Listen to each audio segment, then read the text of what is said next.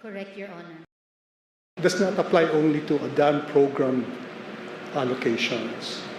It applies also to some special funds like calamity fund, contingent fund, and miscellaneous personal benefits fund.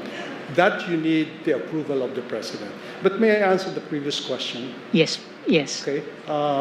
I researched and I found out that there usually Congress would increase the appropriation of certain departments like Public Works, and they will reduce the allocation for DOTR, right? So he cannot veto that increase. Otherwise, the whole budget will be Affected. Right? Yes, because... So, but he has a general instruction that he will say, I have found, it is interesting that the Congress has increased the allocations for certain departments. Now, my instruction is this, okay? I'm just paraphrasing the veto message, that they should submit a special budget to DBM, coming up with a revised performance targets, and it has to be consistent with our cash programming and other rules and procedures, and approval of the President. There's always approval of the President, except in 2024, that I noticed. Okay. Thank you for that very enlightening... But I will put that as part of my brief. Thank you. Can I just ask some contextual questions? So this concept of unprogrammed funds, in your experience and your research, when did it actually start? Well, I have not looked at us way back in 2019. As I said, I prepared the when was EDSA one? 1986, right? 1986. I prepared the 1987 budget. That's the first and only budget under the Freedom Constitution. And I already used the unprogrammed appropriations at that time. And it has been used ever since. And back then, did you have triggers for unprogrammed? Yeah, it was primarily meant for foreign-assisted projects. Only foreign-assisted projects? That was the main reason for the unprogrammed appropriation. There's also an entry, if I remember right, called General Fund Adjustment. So, for example, there's a pending case that is finally decided by the Supreme Court after 20 years, and there's an instruction from the Supreme Court to that agency to pay this guy or this contractor. We get the money from that General Fund Adjustment. Yes. Unprogrammed. Yes. But nowadays, Dr. Jokno, the Supreme Court does not need 20 years to decide. It is now much less. But it's not your turn. Yeah, yes, no, not 10 even. But the point is that it was there as a standby fund for things like foreign-assisted projects. So in your opinion, today, it is still important to have unprogrammed funds? Definitely, Your Honor. Because, as I said, any project delays is costly. For example, they remove funding for the subway system that's supposed to be finished by 2029, right-of-way appropriation for the subway, and also the north-south rail system they remove, and they put it under unprogrammed. That will cost a delay of at least 5 years in the implementation of that project. At the same time, because it's delayed, then we have to pay what is called commitment fee to the lending agency, and that's usually around 1/4%. Just to be clear, so you are saying that the funding for the subway was moved from the program to the unprogrammed? Well, I have some numbers there. I will put that in my brief. Yes. So in other words, in 2024, 2025? Several years. For several years, the funding that was supposed to be for the payment of the subway was moved from the program to the unprogrammed. Or it's deleted from the program. deleted from the I program, don't know whether that was put under the program. and then in the unprogram, it was subsumed under, or the understanding was, it was subsumed under foreign assisted projects? Correct. Yes. And you are saying that that meant that instead of the unprogram being assisting us in the sense that you have a standby allocation so that when it is already ready, that we can make the initial payments already. What happened with the subway was we had to spend more because there was no allocation to pay the Correct. counterpart. It cannot move forward because there's no funding for right-of-way acquisition. Okay. And you mentioned another project. What The was it? North-South rail system. These are the big ticket The one, items. the railway system that will go all the way to Clark and go all the way to Laguna. So these are big ticket items that was Yes. supposed to be already funded, were these major projects of the current president? Yes. Yes, these were. This was done to create what you say fiscal space, Okay. so that the congressmen and the senators will have their own projects Okay. funded under program appropriation. So just to repeat what you said, and this is not my words. So this was deleted, these two projects, big ticket items, The budget for the right-of-way was budget for the right-of-way for the purpose of creating fiscal space. I have the numbers. Yes, thank you.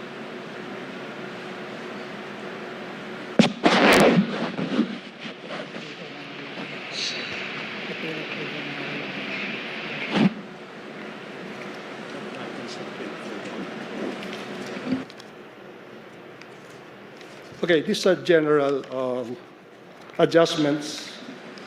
The budget of the Department of Transportation for year 2022 was reduced by 49.9% from 151 billion to 75 billion. For 2023, it was reduced by 36.6% from 167 billion to 105 billion. In 2024, it was reduced by 65.5% from 214 billion to 73 billion. And in 2025, it was reduced by 51.4% from 180.9 billion to 88 billion. This is for the Department of Transportation and Communication, which is responsible for the big ticket items, the big projects. At the same time, the budget of the Department of Public Works was adjusted from 38.6 billion to 786 billion in 2022, then, or by 14.6%. Public Works, okay. And then in 2023, it was adjusted from 718 billion to 894 billion, or by 24.5%. And then in 2024, from 822 billion to 997 billion, or by 21.4%. And in 2025, from 900 billion to 1.1 trillion pesos, or by 21%. Okay. Thank you for the data, Dr. Jokno. My next question is, unprogrammed, why would anyone choose to put an existing PAP, project or program, already in the regular budget, in the regular program budget? Why would they want to transfer it to the unprogrammed? Let me, that's the same question you asked the previous. Yes. The procedure is like this.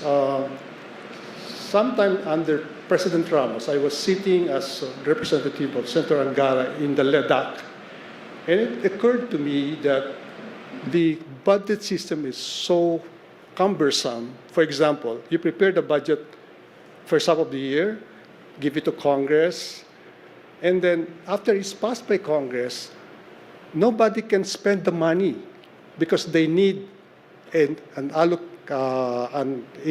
SARO or a GARO. Okay, they still need that. And I said, what the hell? But why not use the General Appropriations Act as the release document, which we adopted? Okay, so now we're now only talking of the SARO, no longer the GARO, meaning that the budget is, as approved by Congress, can be implemented from day one because you don't need a GARO anymore. Okay? Now, it's only with respect to the SARO. So it's not going to happen that the unprogrammed, the items in the unprogrammed appropriations will get first priority before those in the regular budget. Because, as I said, from day one, you can already spend your budget on the basis of that reform which I did during the Estrada administration. So, even if there are excess funds, it is a matter of who uses it first. Correct. So you have a long list. I noticed the long list, around 300 billion worth of projects. Now it depends on the Secretary of Budget. But if with respect to the foreign assisted projects, their priority is to fund the implementation of the foreign assisted projects. That's their priority. Once the loan agreement is completed and the funds released, then it goes through. And then in answer to the previous question about grants, all money, even with grants, they have to pass through the Treasury first. And the Treasury has to acknowledge that they received something. And then the agency who is the beneficiary of the grant will submit a special budget to DBM, and then they can use the money. That's, in that sense, the grant is what is called automatically appropriated. Okay. Thank you. The other point that you made during your opening statement was the increase in the allotment of the road users fund. Okay. Can you enlighten the court why there is a push usually to increase the road users fund apart from what is provided in the NEP? As I said, that road users fund has been a major source of corruption during somebody else's term, right? I won't be. But the point is that allocation is submitted by the Secretary of Public Works to the President and the budget. And it is based on a formula, like, for example, the linear, the length of the roads, the quality of the roads, how often should it be maintained, etc., and the capacity of the agency. So to me, that is a very solid estimate of the Secretary of Public Works. It used to be prepared by the Road Users Board, which has been abolished as a result of the recent law. So the Secretary of Public Works will submit that to the President, and then DBM will then take into account what was submitted. So what you saw there is what they submitted to the President. And so I don't see any reason why Congress will insist on increasing the allocation. And in fact, in the 2025 budget, the veto message of the President was they understood that the road users tax, without vetoing, I think, they said they understood that the amounts that they presented will only be what is expended. Correct. Although not clearly vetoing the increase in the road users tax. In any case, thank you, Dr. Jokno, for very enlightening points. Sige, para makapahinga tayo. Sa next session, simple lang tatanungin. Yes. Pwede mo natin pag-in from the OSG,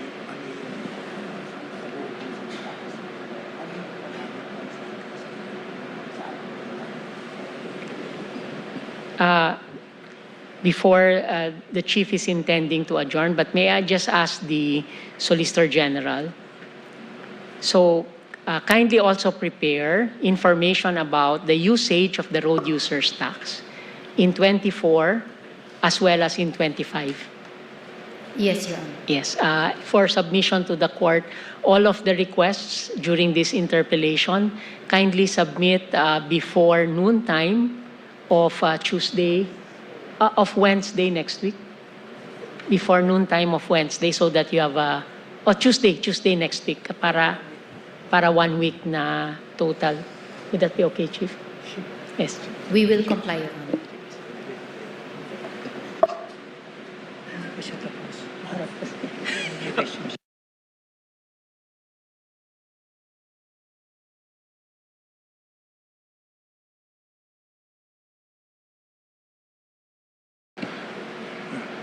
Solgen, for the next oral argument, can you bring with you the DBM representative to the DBCC, as well as the DepDev representative sa ICC? Can you bring them with you as resource persons? Yes, Because sir. my line of questioning has questions for them. Okay. Thank Yes, you. Your Honor. We will Thank you. comply. Thank you. Thank you. Investment Coordination Committee. Before the court is a motion for leave to nominate amicus curiae filed by the Council for Respondents, the Solicitor General, requesting that former Representative Jose Maria Clemente Joey S. Salceda to be included as an amicus of the court. Yes, Your Honor. Okay, the same is hereby granted. Former Representative Jose Maria Clemente Joey S. Salceda is invited as an amicus for these proceedings. Please request him to coordinate with the Office of Senior Associate Justice Marvic Leonen for his presentation in the next session. Thank you, Thank Your you. Honor. Thank you. Wala na. Madam Clerk of Court, are there any other matters? There are no other matters, Your Honor. There being no other matters, this session is suspended to resume on April 21 at 9:30 in the morning also. Thank you very much.